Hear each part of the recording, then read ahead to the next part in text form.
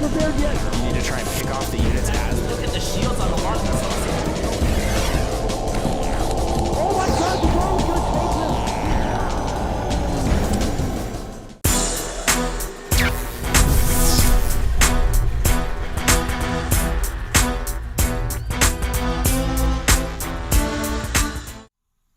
Welcome once again, folks. We are back for game number 2 of this awesome Winners Round 1 match here out of IPL Season 2 between Rain KiWiKaKi, spawning as our red Protoss player at the top left-hand corner of Tal'Darim Altar. His opponent down here in the bottom right-hand corner is Imba FX Open's Strelok, spawning as our blue Terran player. Guys, this is Cat's Pajamas. And I am Pain User. Don't give me that look. I can't help it. So game 1. Great game. Yeah, absolutely. So impressive from Strelok. That was just absolutely amazing. I haven't seen play like that from him in quite a while. He's always been one of my favorite Terran players. All those Ukrainian Terran players, man. Him, okay. We talk a lot about Sweden being a powerhouse of gaming and things like that. Whoa. Oh, yeah. I mean, Ukraine, it's like... It's different, though. Sweden, there are so many more. There's so many of them. Sweden just has tons of top-level players in every game. Since the beginning of my history with gaming and esports, they have tons of amazing Quake players, amazing Counter-Strike players, amazing Brood War players. I mean, it just seems like there are a lot more gamers in Sweden than other countries. Sure. Ukraine has, like, this niche of all-stars from Brood War that carried over, and also a few Warcraft 3 that carried over, and they're just phenomenal RTS players. Oh, yeah, no, absolutely. White Raw, I got you right here. You right here. Oh, yeah. Yeah, no, I mean, so if we talk about, possible WCG teams and things like that, wow, Ukraine going to be quite a force to contend with. Looks like KiWiKaKi going to make his way down, sending out the early scout, put that out on 9 as soon as he built the pylon, and we'll see how aggressive he actually wants to get.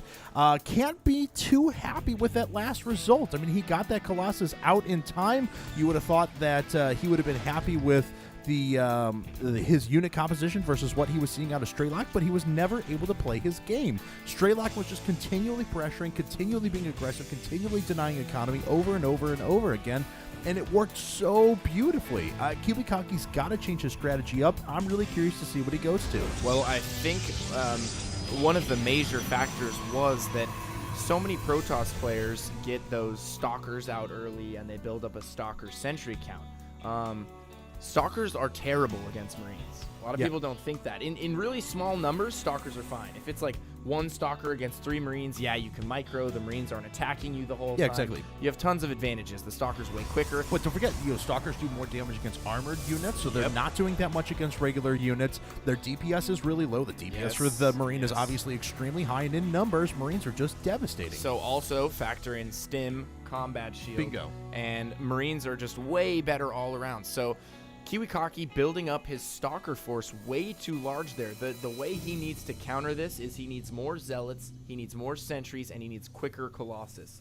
If he does that, the Zealots are essentially there to just tank infinity Marine shots. I mean, it's absolutely ridiculous. Exactly, A Zealot can take like something like 33 Marine shots or something like that. Factor in Guardian Shield, it goes up to like 55. I mean... Yeah, it's ridiculous. Zealots are just such amazing tanks against Marines. Yeah, they are. Couple that with Guardian Shield, throw some force fields into the mix, and allow the Zealots to get into a charge lot sentry army against a Bioforce or something like that with well-placed force fields, just it's done. It's just done. So KiWiKaKi is going for another 3-gate build. Decided to put up gas after Gateway this time around, so no ridiculously fast gas. Consequently, that means not a super strong Stalker army to start the game. Looks like he is moving into Sentries for the time being. Probably going to play the 3-gate expand build. Looks like an expansion already almost done for Strelok. And he is, let's see here, it looks like he did not. Oh, he actually just went straight into super fast Stim.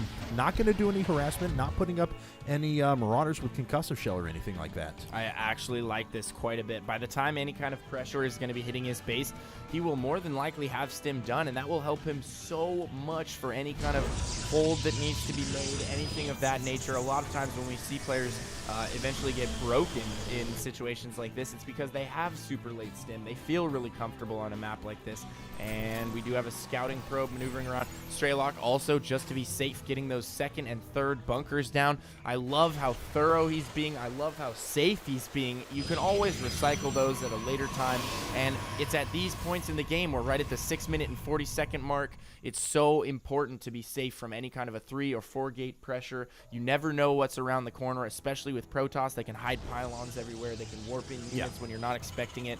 And that is, oh my goodness. And we have a secret third expansion coming from Strelok in the top right corner. And this is so intelligent. I just don't see KiWiKaKi scouting this for quite some time. Yeah, and let's think for a second. He knows KiWiKaKi is going to expand. He's been producing cheap Marines at this point. He's already got his upgrades in place. He didn't invest in Reapers or Kinkasu Shell or anything like that. He's well prepared for any sort of a DT push. He's going to be able to tech up to medevacs quite quickly and on relatively little money, so he's got the available resources to put down this third, and if that's able to saturate for any length of time, he is going to be miles ahead. Yeah, absolutely. And I don't see him making that into a PF. It's probably going to be a third orbital. He will more than likely burn all of his mules at the top right position just to help it mine out that much quicker. Sure. And that's going to increase the longevity of his main mineral line, his natural mineral line, and it's going to help him sneak as many minerals as possible out of that expansion in the top right. So in the event that it is found, he might just be like, you know, haha, have it. I've already mined out half the resources here. And he... Ooh, we do have a Dark Shrine coming out of KiWiKaKi, though. But there is an engineering bay already down. Weapons 1, in fact, researched very early on in this game. It's already finished. Yeah. And I can't help but think that he's going to get a turret. This is so impressive. This is so good. And the thing is, he already has the turret. Yeah, that's what I was saying. He was defended against the DT rush before. He's good. And the thing is, too, is that KiWiKaKi is completely changing up his strategy to a pure gateway army for the time being. He's not using this robo for anything else other than that observer to start the game. He's going to get down there, see the missile turrets in place, and think, oh, well, great. Dark Shrine not really going to do anything other than unit composition, unless he wants to do a DT drop on the lines or something like that. Top right real quick. I think he is, in fact, yeah, he's burning all of his mules in the top right, so he's going to mine that out real quick. He has 3 orbitals to work off of now. Just now, KiWiKaKi starting to warp in pylons on the right-hand side of the map. It looks like he's going to try and sneak some DTs into the main. Oh, and he might use an observer to spot the high ground and a pylon on the low ground, although... But there's a Strelok factory! Scouting this with a factory. This is unbelievable. Strelok is 100% on top of things right now. Look at that. KiWiKaKi must just be...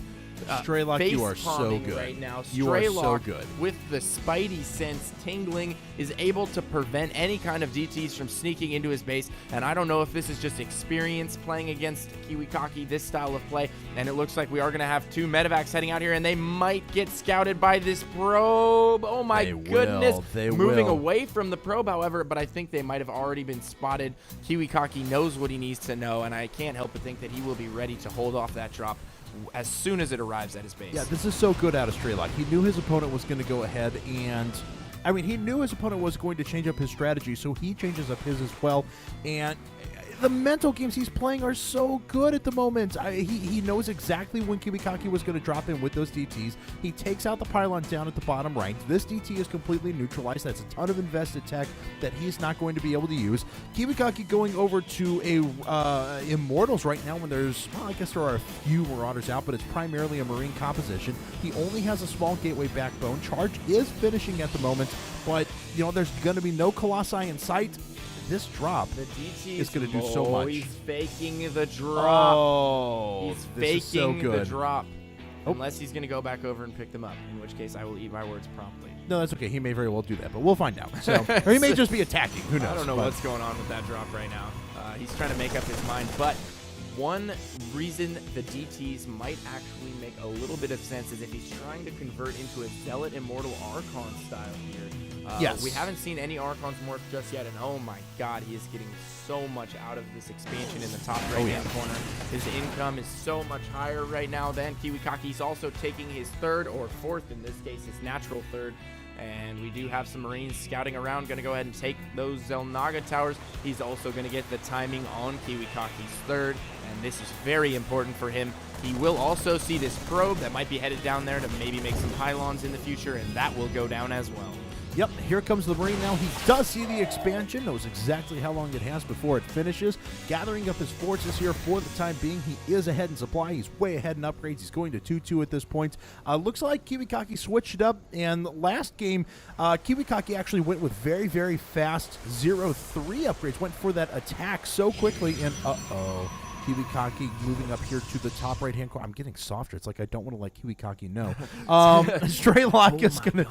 Oh, no. Is he really going to? I think he is. But here comes Strelok with a bunch of forces. He'll be able to stop that attack if it comes. KiWiKaKi making his way out. And, DT is going to jump in there, do some damage. Nice scan goes down, does pick off the DT. KiWiKaKi moving in with that charge lot army as fast as he can, and Strelok really doesn't have... This is actually going to work out great for him because he is ferrying to the high ground, and he will eventually intercept those 2 pylons that could possibly be used to warp units into his third. I think he might have enough here. And it looks like KiWiKaKi is mobilizing his entire army to the top right. He must know about the expansion at this point, or he just really wants to kill this squad of units. I don't know. Strelok is going for these stalkers, but as soon as he realizes how many units are on the way, he is going to have to pull out of there. But yes, KiWiKaKi does know about the expansion at this point. He will be able to take it out, but... like you were saying, he's already mined 400 gas off of each of those, and he's mined somewhere in the neighborhood of about 2,000 minerals off of these minerals, off of all the patches together. So, yeah, that was well worth his time. That was well worth his time.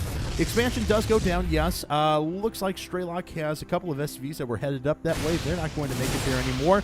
And this poor Dark Templar is in range of the detection. Pylon's going down as well. So KiWiKaKi does manage to knock this down to a 3-base on 3-base situation. But Strelok is putting up another command center. He's been ahead basically this entire game.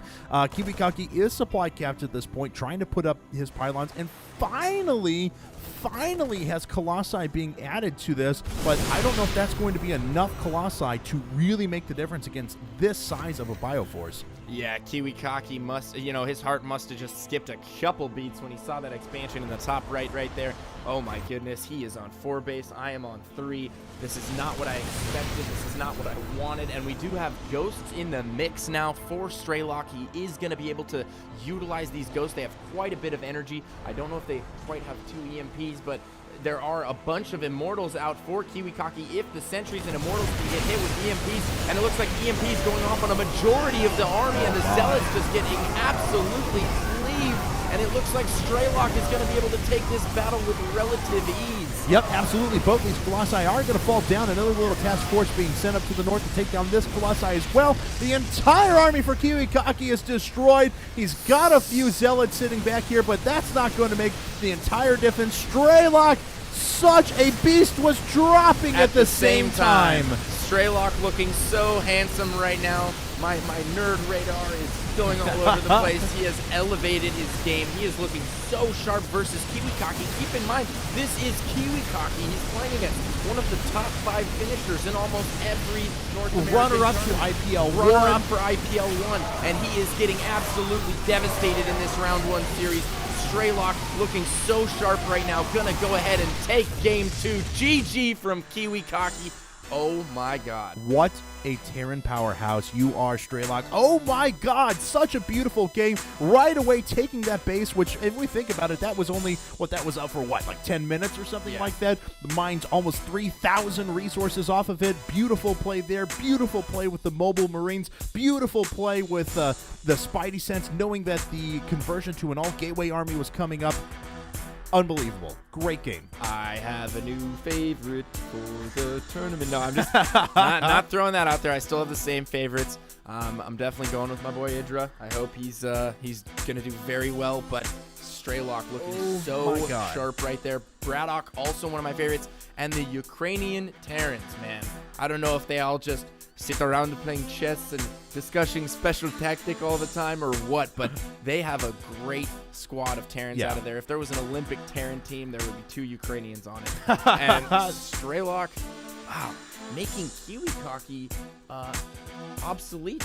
Yeah, no, I mean, KiWiKaKi had no response to anything Strelok was doing. It was just done. It was just done. Like, you make Marines, I'll make a Colossus. Oh, wait, no, that still didn't work either. You know what also was just so impressive during that game, and definitely a highlight reel. The factory scout of the potential pylon going Beautiful. up right as Beautiful. the probe gets there. I mean, Because how often? that's the difference. If that pylon goes off and there's a DT in the main there, he's either burning scans, he's committing his army back and he can't attack, or he's forced to put up, or he just loses SCVs, which was the more likely route. So. And as we saw, that was part of KiWiKaKi's plan. We saw the observer and the probe coming in at the same time. And how often do you see the factory, all three of those units, converging on the same spot at once? The timing was absolutely perfect.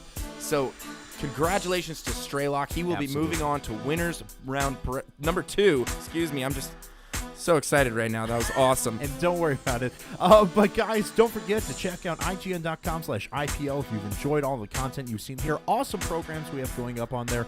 In addition, and please be sure to check us out on YouTube, Facebook, Twitter, Justin TV as at IGN Pro League. If you've enjoyed paying user a nice commentary, please find us at twitter.com/CatsPajamasSC2. And you can check me out at twitter.com/pain. So until next time, guys, peace.